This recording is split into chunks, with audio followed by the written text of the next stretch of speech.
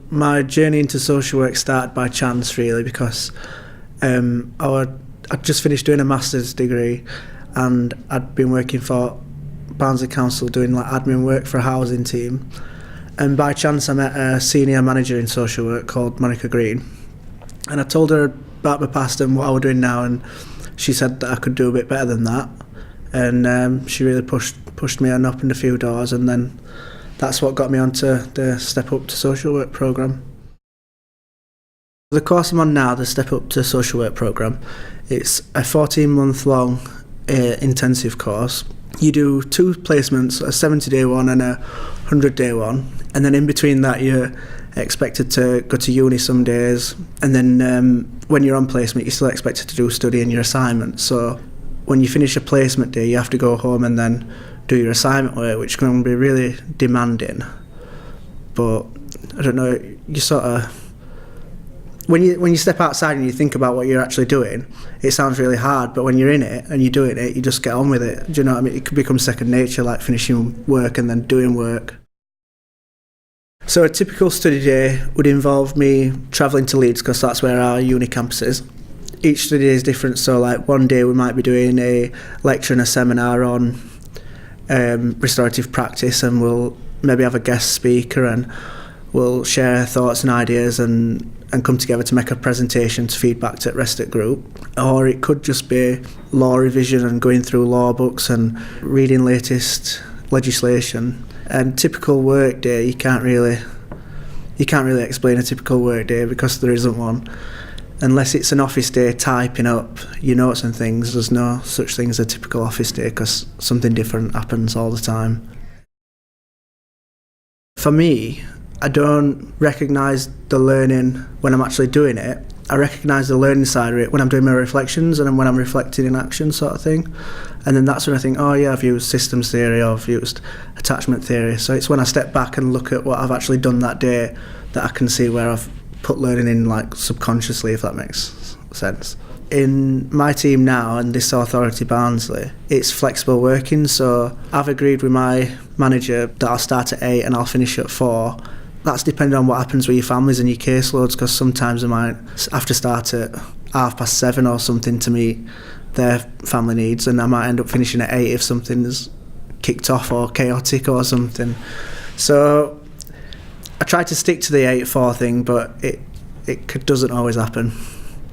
And you fit seeing families in around their needs. It's not about your work. So I've agreed to work 8-4, but you're expected to see them, which is good practice, when it suits them or when their needs dictate that you can see them. I mean, that's not always possible in like child protection stuff, and you've got to do unannounced visits. But where you can, you should expect to plan your visits around them. I came into care at 2 years old, and then I worked in care system all my life. Social work for me was never an option. Like I never wanted to go into social work because of my history growing up in care. I didn't like social workers. I didn't like what social workers did, but that's because of what I thought about them at the time. Like I didn't have a very good experience with them. And looking back now, I know that my experience wasn't good because the people I were involved with, the social workers, weren't very good at all. But I recognise now that that's changed, and I went into it wanting to be different and wanting to make a difference, and I can see that that difference has happened over time. My lived experience does make a difference to how I practice with families. For me, it helps me relate to families. Like, 'cause it could be easy for me to say, oh, I recognise that from my own childhood and that's just really rubbish parenting, and it'd be easy for me to just blame parents. But I think now I'm into it and I'm learning more about it, I can see the reasons behind that bad parenting, and it's about recognising the factors to why there's been a breakdown or things like that, not just your own experience, because everyone's different.